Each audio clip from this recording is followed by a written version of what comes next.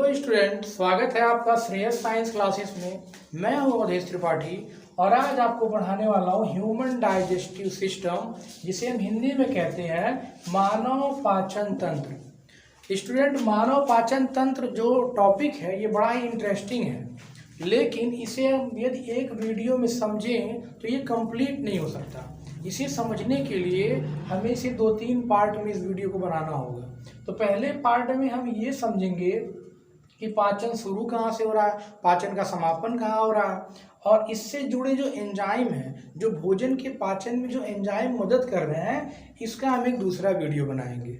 तो आपसे रिक्वेस्ट है कि वीडियो को पूरा देखें और अच्छा लगे तो लाइक शेयर सब्सक्राइब जरूर करें। और ये जो पाचन तंत्र है ये केवल क्लास 10th के लिए नहीं बल्कि क्लास 11th, और यदि आप किसी कंपटीशन एग्जाम की तैयारी कर रहे हैं तो वहाँ भी पाचन तंत्र से रिलेटेड क्वेश्चंस पूछे जाते हैं। जैसे मैं कुछ एग्जाम्पल आपको बताऊं तो सीधे सीधे प्रश्न पूछ लिया जाता है कि प्रोटीन का पाचन कौन करता है, तो उसका आंसर क्या है? प्रोटीन का पाचन पेप्सिन एंजाइम करता है। दूध के प्रोटीन का पाचन कौन करता है? तो ये रेनिन करता है। तो ऐसे सीधे प्रश्न पाचन तंत्र से हर साल जो भी वनडे एग्जाम होता है, चाहे यूपी का हो, यूपीपीएससी का हो, तो वहाँ इससे सीधे प्रश्न पूछे जाते हैं। तो चलिए हम शुरू करते हैं मानव पाचन तंत्र। और मानव पाचन तंत्र समझने के पहले हम ये समझ लें कि पाचन क्या है, डाइजेशन क्या है। What is digestion? पाचन है क्या, तो इसको आप समझिए। जो जटिल कार्बनिक पदार्थ है उससे सरल घुलनशील अणुओं में तोड़ने की क्रिया को पाचन कहते हैं। फिर समझिएगा आप, जो जटिल कार्बनिक पदार्थ है उसे सरल घुलनशील अणुओं में भौतिक और रासायनिक प्रक्रियाओं के द्वारा तोड़ा जाता है। इस प्रक्रिया को पाचन कहते हैं। अब आपके मन में प्रश्न उठेगा कि जटिल कार्बनिक पदार्थ क्या है। तो मैं आपको बताऊं कि जो भोजन है, जो हमारा फूड है, उसके 6 कंपोनेंट है, 6 घटक हैं। कार्बोहाइड्रेट, प्रोटीन, फैट, जल, खनिज लवण, विटामिन। इसमें कार्बोहाइड्रेट, प्रोटीन और फैट की आवश्यकता हमें अधिक मात्रा में होती है, क्योंकि इनसे हमारे शरीर का वृद्धि व विकास होता है। तो इनका ये जो कार्बोहाइड्रेट, प्रोटीन, फैट है, ये बृहद अणु है, इनका डायरेक्ट पाचन नहीं हो सकता है। और इसके अलावा ये जब टूटेंगे तभी इनका पाचन होगा। अब इसके बाद मैं बोला हूँ कि भौतिक प्रक्रम और रासायनिक प्रक्रम। भौतिक प्रक्रम का दूसरा नाम है यांत्रिक प्रक्रम, मैकेनिकल प्रोसेस, और रासायनिक प्रक्रम का दूसरा नाम है केमिकल प्रोसेस। तो भौतिक प्रक्रम क्या है? भोजन का पाचन भौतिक प्रक्रम में किस रूप में होता है, तो आप इसे समझिए। जब हम भोजन को मुख में रखते हैं और चबाते हैं तो हमारे मुख में 4 प्रकार के दांत हैं, कृंतक, रजनक, प्रचवर्ण, चवर्ण, जिसे आप इंग्लिश में इंसाइजर, कैनाइन, प्रीमोलर, मोलर कहते हैं। तो इस भोजन को जब हम च्यू करते हैं, चबाते हैं, और फिर हमारे जो लास्ट वाले दांत है इसको हम मोलर कहते हैं, इसके द्वारा हम पीसते हैं, ग्राइंडिंग करते हैं। तो ग्राइंडिंग के बाद ये जो भोजन है अंदर गया, आहार नाल में पहुंचा। तो आहार नाल में एक गति होती है जिसका नाम है क्रमाकुंचन गति, और इसे इंग्लिश में बोलते हैं पेरिस्टालसिस मूवमेंट। इस मूवमेंट के द्वारा, इस गति के द्वारा भोजन अंदर की तरफ जाता है और आमाशय में पहुंचता है। ये प्रक्रिया होती है भौतिक प्रक्रिया, फिजिकल प्रोसेस। इसके बाद जब भोजन आमाशय में पहुंचता है तो आमाशय में आपको पता होगा, जो हमारा आमाशय स्टमक है, इसमें जठर ग्रंथियां होती हैं, और इन जठर ग्रंथियों से जठर रस निकलता है, और जठर रस में एंजाइम होता है। ये एंजाइम भी भोजन को पचाते हैं। तो ये भोजन का रासायनिक पाचन है। तो भोजन का पाचन पहले भौतिक होता है, फिर रासायनिक होता है। तो मुझे उम्मीद है कि आपको समझ में आया होगा कि पाचन है क्या। और अगर आपको न समझ में आ रहा हो तो अगले वीडियो में आप कमेंट करके जरूर बताएं कि आपको समझने में दिक्कत कहाँ आ रही है। तो आगे बढ़ते हैं। ये जो पाचन तंत्र है मानव का, इसके कितने पार्ट हैं इसको हम समझते हैं।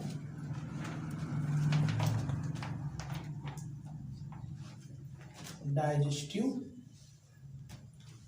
सिस्टम। आप ये समझिए कि मानव के पाचन तंत्र में एक आता है आहार नाल। जिसे आप इंग्लिश में एलिमेंट्री कैनाल कहते हैं।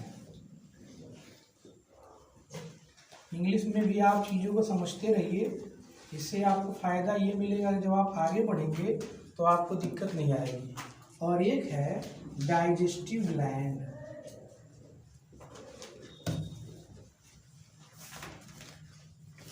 इसे हिंदी में कहते हैं पाचक ग्रंथि। अब जो आहार नाल है ये क्या है, पहले ये समझ लेते हैं। जो हमारा आहार नाल है वो मुख से शुरू होता है, माउथ से, और ये गुदा तक फैला। आहार नाल है क्या? ये एक पाइप जैसा मांस का बना एक संरचना है जो भोजन को ले जाने का कार्य करता है। और इस आहार नाल में कुछ भाग होते हैं, जैसे मैंने लिखा, एक तो माउथ है जिसे आप हिंदी में क्या कहते हैं, मुख कहते हैं। ये किस में खुलता है? ये खुलता है ग्रसनी में, जिसे आप बोलते हैं फैरिंग्स। इसके बाद ये खुलता है ग्रासनली में, जिसे हम बोलते हैं ओएसोफेगस। ये खुलता है आमाशय में, जिसे हम बोलते हैं स्टमक। और इसके बाद आता है हमारा आंत, जिसे आप इंग्लिश में बोलते हैं इंटेस्टाइन।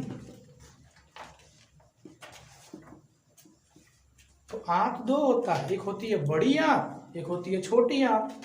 तो एक तो हो गया हमारा कौन सा आंत? छोटी आंत, जिसे आप बोलते हैं स्मॉल इंटेस्टाइन।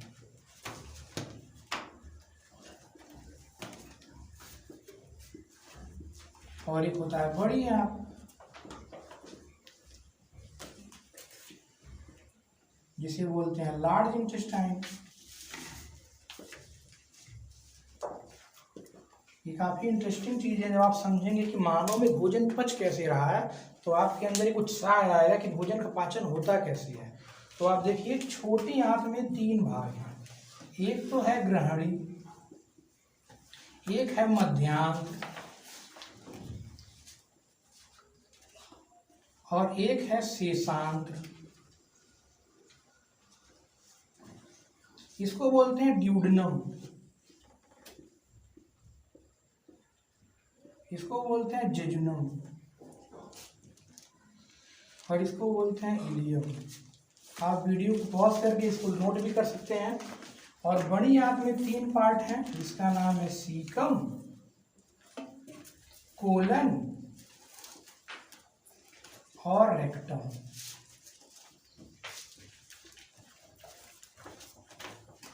तो ये आहार नाल के पार्ट हैं। भोजन कहाँ जाता है? पहले मुख में, मुख से ग्रसनी में, ग्रसनी से ग्रासनली में, ग्रासनली से आमाशय में, आमाशय से आंत में। अभी मैं इसको फिगर के द्वारा आपको समझाऊंगा। पहले आप जान लीजिए कि आहार नाल में कौन कौन से पार्ट आते हैं। अब आगे बढ़ते हैं। मैंने लिखा है पाचक ग्रंथि। तो ये भोजन पचता है, पाचक ग्रंथियों से कुछ एंजाइम निकलते हैं और ये सारे एंजाइम मिलके इसे पचाते हैं। तो पाचक ग्रंथियां कौन कौन सी हैं इसमें आप जान लीजिए। पहला है गैस्ट्रिक ग्लैंड, गैस्ट्रिक ग्लैंड। दूसरा है लीवर, और एक है सेलिवरी ग्लैंड, जिसे हिंदी में कहते हैं लार ग्रंथि। लार ग्रंथियों से लार निकलता है।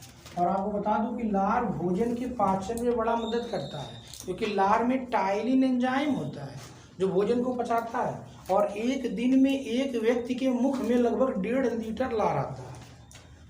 इसे बोलते हैं जठर ग्रंथि।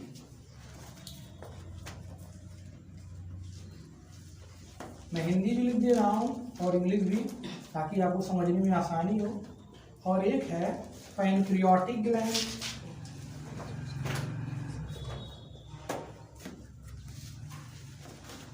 और एक है इंटेस्टाइनल ग्लैंड।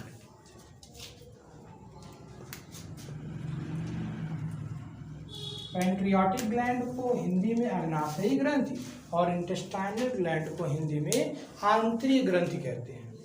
तो एक बार हल्का सा आप समझ लीजिए कि जो हम भोजन लेते हैं, मुख में डालते हैं, दांतों से चबाते हैं, तो जब चबाते हैं तो हमारे यहाँ पे लार ग्रंथियाँ हैं और 3 जोड़ी लार ग्रंथियाँ मानव में पाई जाती हैं, सब मैक्सिलरी, सबलिंगुअल और पैरोटिड। और इन लार ग्रंथियों से लार निकलता है, सलाइवा निकलता है, जो भोजन को पचाने में मदद करता है। भोजन आगे ग्रसनी में आता है। ग्रसनी क्या है? एक ट्यूब लाइक स्ट्रक्चर है, आहार नाल का भाग है, जिसकी लंबाई भी मैं लिख दे रहा हूँ, लगभग 13 सेंटीमीटर होता है। ग्राफनली, जिसकी लंबाई लगभग 25 सेंटीमीटर होती है। ग्रसनी से ग्राफनली में भोजन आता है। और आपको बताया कि आहार नाल में जब भोजन नीचे की तरफ आता है तो आहार नाल में एक गति होती है जिसका नाम है क्रमाकुंचन गति। और ग्राफनली से भोजन आमाशय में आता है। आमाशय में भोजन लगभग 3 से 4 घंटे रहता है। यहाँ भोजन का आंशिक पाचन होता है और इसके बाद भोजन आंत में आता है। आंत में भोजन का पूरा पाचन होता है। जो भोजन नहीं पचता वो बड़ी आंत में आता है और बड़ी आंत में भी जो नहीं पचा वो रेक्टम में आता है, जिसे हिंदी में मलाशय कहते हैं। और मलाशय के द्वारा भोजन निकल जाता है। अब कुछ इस पे ऑब्जेक्टिव क्वेश्चंस बनते हैं, जैसे मैं आपको बता रहा हूँ ऑब्जेक्टिव। जैसे पूछता है एग्जाम में, कंपटीशन में, कि मानव में भोजन का पाचन शुरू कहाँ से होता है। तो याद रखिएगा, मानव में भोजन का पाचन मुख से शुरू होता है। एक क्वेश्चन ये पूछा जाता है कि आमाशय में किसका पाचन नहीं होता है। तो याद रखिएगा, जो हमारा आमाशय स्टमक है, इसमें कार्बोहाइड्रेट का पाचन नहीं होता है। तो ये चीज़ें अगर मैं ऐसे केवल बताऊंगा तो आपको ज़्यादा टाइम तक याद नहीं रहेगा, लेकिन इसे यदि आप फिगर के द्वारा समझेंगे तो आप लंबे समय तक याद रख पाएंगे। तो चलिए हम फिगर ड्रा करते हैं। यदि आपको स्क्रीनशॉट लेना हो तो आप ले सकते हैं।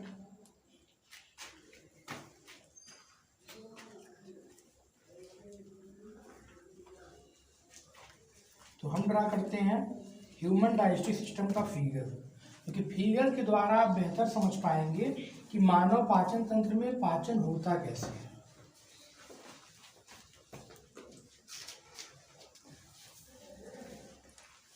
आप भी मेरे साथ साथ बना सकते हैं, वीडियो को रोक रोक के।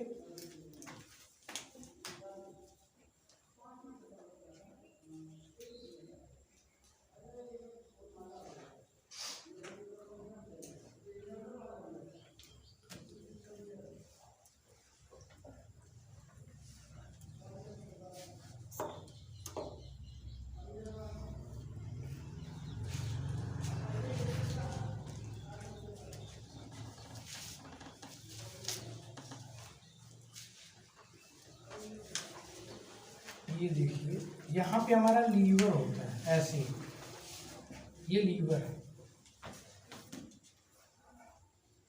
और ये आंत है। आप बहुत बार सुनते होंगे आंत में भोजन का पाचन होता है, आंत में सूजन आ गया है। तो ये सारी चीज़ें आप समझिए कि आंत कहाँ है, किस आंत को जो आप सुनते हैं वो कहाँ पे है। यहाँ पे देखिए, ये गाल ब्लैडर है और यहाँ पे एक पत्ती जैसी रचना होती है जिसका नाम है पैनक्रियाज। तो मैं इसका नाम लिख देता हूँ ताकि आपको समझने में आसानी हो।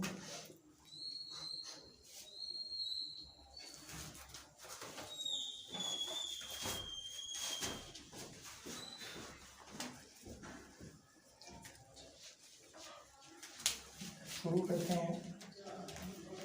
ये इसका माउथ है। यहाँ पे होता है फेरिंग्स, जिसे आप कहते हैं हिंदी में ग्रसनी, जिसकी लंबाई लगभग 13 सेंटीमीटर है। और फेरिंग्स के 3 पार्ट होते हैं। एक होता है नाजोफेरिंग्स, एक होता है ओरोफेरिंग्स और एक होता है लैरिंगोफेरिंग्स।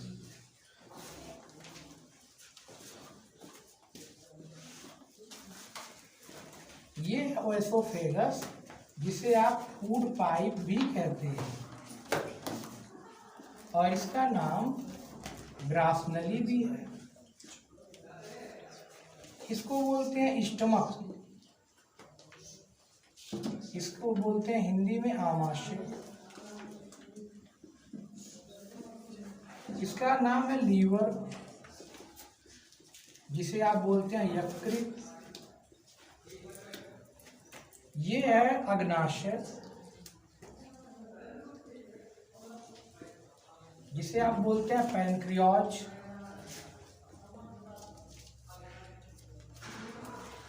इसका नाम है गाल ब्लैडर।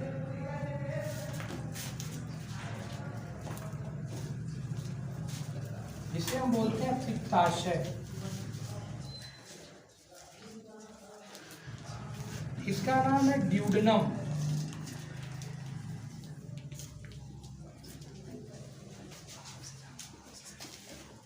इसे हम बोलते हैं ग्रहणी। और ये है मध्यांग, इसे हम बोलते हैं जेजुनम। और ये है इलियम, जिसे हम हिंदी में बोलते हैं शेषांग। और ये क्या है, ये हमारी बड़ी आंत है, जिसे हम बोलते हैं लार्ज इंटेस्टाइन। और इसका नाम है रेक्टम, जिसे हम बोलते हैं मलाशय। और इसका नाम है एनस, जिसे हम बोलते हैं गूदा। तो ये मैंने फिगर ड्रा कर दिया है, आपको भी स्क्रीनशॉट लेना है तो ले लीजिए। ये ह्यूमन डाइजेस्टिव सिस्टम का पूरा फिगर है, जो यदि आप इससे समझेंगे तो आपको समझने में बहुत आसानी होगी। तो मैं अब इसका नाम आप लिख लीजिएगा, human digestive system, figure of human digestive system.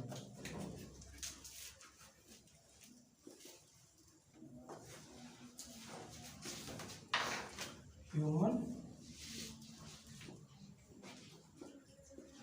Digestive system, ये मानव पाचन तंत्र का फिगर। अब समझते हैं भोजन का पाचन हो कैसे रहा है। तो आप समझिए कि हम क्या करते हैं, भोजन को मुख में रखते हैं। तो मुख में हमारे 4 प्रकार के दांत हैं, कृंतक, रजनक, प्रचवर्ण, चवर्ण, जो भोजन को चबा रहे हैं, पीस रहे हैं। तो लार ग्रंथियाँ होती हैं, यहाँ 3 जोड़ी लार ग्रंथियाँ हैं, सब मैक्सिलरी, सब लिंगुअल और पैरोटिड। इन लार ग्रंथियों से लार निकलता है। वो लार हमारे भोजन में पूरी तरह से मिल जाता है, और मिलने के बाद जो हम खाते हैं, हम चावल खा रहे हैं, तो चावल में क्या स्टार्च है, जिसे आप हिंदी में मंड कहते हैं। तो वो जो मंड है, मैं यहाँ लिख रहा हूँ, ये जो मंड आप खा रहे हैं चावल ना, इस मंड से, इसे इंग्लिश में बोलते हैं स्टार्च, इस मंड पे लार में उपस्थित टाइलिन एंजाइम, कौन सा एंजाइम, टाइलिन, अभिक्रिया करेगा और मंड को तोड़ देगा। किस में तोड़ेगा, तो ये तोड़ेगा माल्टोज में, माल्टोज में। अब आपके मन में प्रश्न ये उठेगा कि माल्टोज क्या है और मंड क्या है। तो मंड या स्टार्च एक कार्बोहाइड्रेट है और माल्टोज भी एक कार्बोहाइड्रेट है। लेकिन ये कार्बोहाइड्रेट 3 तरह का होता है, मोनोसैकेराइड, ओलिगोसैकेराइड और पॉलीसैकेराइड। तो ये एक बड़ा कार्बोहाइड्रेट है, ये इससे छोटा कार्बोहाइड्रेट है। आपको बता दूं कि हमें जो ऊर्जा मिलती है भोजन में, वो ग्लूकोज के ऑक्सीकरण से मिलती है। तो अब ये मंड टूटा किसमें, माल्टोज में। अब ये जो माल्टोज बना है, माल्टोज, इसको एक एंजाइम होता है माल्टेस, ये तोड़ता है ग्लूकोज में। बस इतना आप ध्यान रखिए। और ये जो ग्लूकोज बना, इसी का ऑक्सीकरण होगा और इसी से हमें ऊर्जा मिलेगी। क्योंकि इस ग्लूकोज का फार्मूला क्या है, C6H12O6। जो भी आप खाते हैं वो ऑक्सीजन से अभिक्रिया करता है। ऑक्सीजन से अभिक्रिया जब होगा तो बनेगा क्या, बनेगा कार्बन डाइऑक्साइड और बनेगा जल और प्लस एनर्जी। इसी एनर्जी के लिए तो आप खा रहे हैं। तो इस तरह हमें ऊर्जा मिलती है। तो मैं आपको बता रहा था कि हम लोग का जो लार है उसमें कौन सा एंजाइम है, टाइलिन। और टाइलिन क्या कर रहा है, भोजन के मंड को माल्टोज में तोड़ रहा है। तो मैं आपको पूरा एक्सप्लेन करता हूँ। भोजन इसके बाद ग्रसनी में पहुँचा, तो ग्रसनी आहार नाल का भाग है, इसमें क्रमाकुंचन गति होती है, जिसको पेरिस्टालसिस मूवमेंट कहते हैं। इस मूवमेंट के द्वारा, इस गति के द्वारा भोजन पहुँच जाता है आमाशय में। अब आप याद रखिएगा कि भोजन का पाचन शुरू हुआ मुख से, और यहाँ जो आमाशय है, इसमें भोजन लगभग 3 से 4 घंटे रहता है यहाँ पे। और आमाशय में होती है जठर ग्रंथियां, और जठर ग्रंथियों में होता है जठर रस। ध्यान समझिएगा, ये जो हमारा आमाशय है, जो थैली जैसी रचना होती है, बैग लाइक स्ट्रक्चर, इसमें होता है गैस्ट्रिक ग्लैंड, और इस गैस्ट्रिक ग्लैंड से निकलता है गैस्ट्रिक जूस। ध्यान दीजिएगा, निकलता है गैस्ट्रिक जूस, और इस गैस्ट्रिक जूस को हिंदी में बोलते हैं गैस्ट्रिक रस। और इसमें होता है एंजाइम।